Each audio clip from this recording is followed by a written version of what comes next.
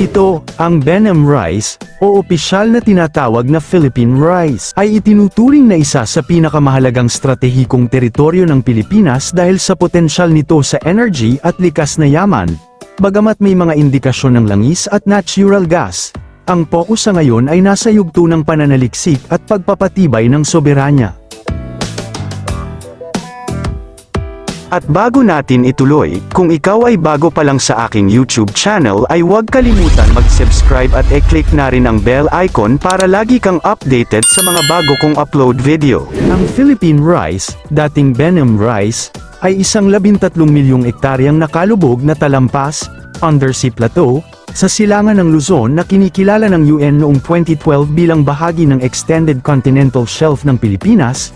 Ito ay sagana sa likas na yaman, kabilang ang malalaking deposito ng natural gas, potensyal na langis, methane hydrates, at iba pang mineral. Ang Philippine Benham Rice, ito ay isang 13 milyong ektarya sa ilalim ng dagat na rehiyon sa labas ng mga lalawigan ng Isabela at Aurora at sa loob ng pinalawak na continental shelf ng Pilipinas, 350 nautical miles mula sa baybayin, natuklasan ng American geologist na si Andrew Benham noong 1933. Matatandaan inaprubahan ni dating Pangulong Duterte ang proposal para palitan ang pangalan ng Benham Rice. Dahil dito, hindi na pinapayagan ng Pilipinas ang pagkakaroon ng oil exploration o pagmimina ng langis sa loob ng 13 million hectare Philippine Rice.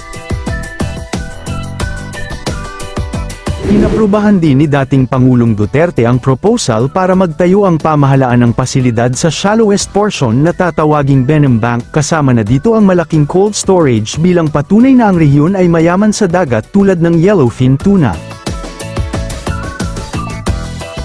Sa madaling salita, opisyal itong pinangalanang Philippine Rice noong 2017 sa ilalim ng Administrasyong Duterte upang igiit ang soberanya ng bansa.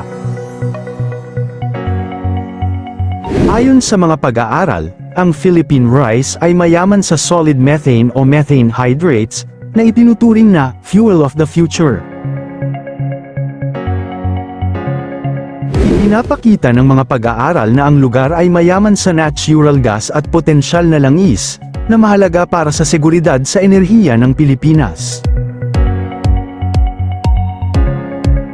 Naniniwala ang mga eksperto at opisyal ng gobyerno na may malaking deposito ng natural gas at langis sa ilalim ng seabed nito, na katulad ng sa Malampaya. Noong March 2025, nagsumite ang Pilipinas ng seabed chart sa United Nations upang pormal na buksan ang pintuan para sa mas malawakang exploration ng langis at gas. Ang lugar ay hitik sa manganese nodules at iba pang rare earth metals na mahalaga sa paggawa ng teknolohiya at asero. Kinikilala ito bilang isang marine biodiversity hotspot na mayaman sa mga isdang tuna at iba pang mahalagang species, pati na rin ang malalawak na coral reef sa Benham Bank. May mga panukalang batas, tulad ng Senate Bill No. 2996 na naglalayong bumuo ng isang multi-agency body upang bantayan at siguraduhin ang sustainable development ng rehiyon para sa enerhiya at turismo. Dahil sa yaman nito, nagkaroon ng mga ulat ng pananaliksik o presensya ng mga Chinese vessel sa lugar, na nagdulot ng pag-aalala sa Pilipinas. Bagamat walang direktang pag-aangkin ng soberanya ang China na katulad sa West Philippine Sea, ang aktibidad nila doon ay nagdudulot ng pangamba sa seguridad at pananakop sa yaman. Inaigting ng Armed Forces of the Philippines, AFP, ang pagbabantay matapos makakita ng mga Chinese research vessel at underwater drones sa paligid ng Pilipinas. Ang Philippine Rice ay isang kritikal na teritoryo kung saan ang Pilipinas ay may eksklusibong karapatan sa pananaliksik at paggamit ng yaman, at mahigpit na binabantayan laban sa panghihimasok ng ibang bansa. Patuloy ang pagpapatrolya ng Philippine Coast Guard at Navy upang protektahan ang teritoryo laban sa mga dayuhang barko na nagsasagawa ng illegal na research o survey. Samantala, natuklasan ng National Mapping and Resource Information Authority NAMRIA ang mga dating hindi kilalang isla na tumaas ang bilang sa 7,641.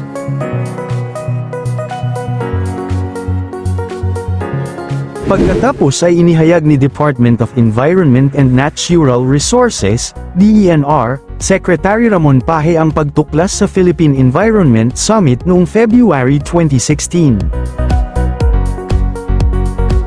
Natuklasan ng Philippine Islands Measurements Project ang bagong isla gamit ang Interferometric Synthetic Aperture Radar, IFSAR, isang bagong high-resolution na mapping system.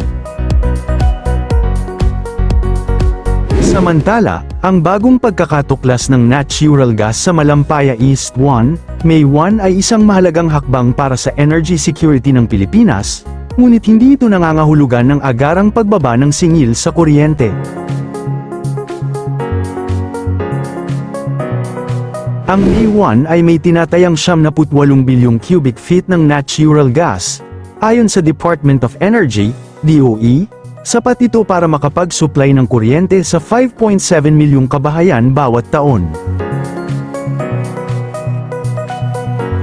Bagamat makakatulong ito upang maiwasan ang piso bawat kilowatt-hour na taas presyo na dulot sana ng pagkaubos ng gas, hindi nito garantisadong bababa ang kasalukuyang singil. Ang presyo ng kuryente ay nakadepende pa rin sa global market prices at iba pang buwis at subsidiya. Inaasahang magsisimulang magamit ang gas mula sa May 1 para sa mga power plant sa Luzon sa huling bahagi ng 2026, ayon sa ulat. Nananatiling hamon ang mataas na singil sa kuryente sa mga lugar na malapit mismo sa Malampaya, gaya ng Palawan, dahil hindi sila direktang nakakabit sa nasabing gas-to-power facility.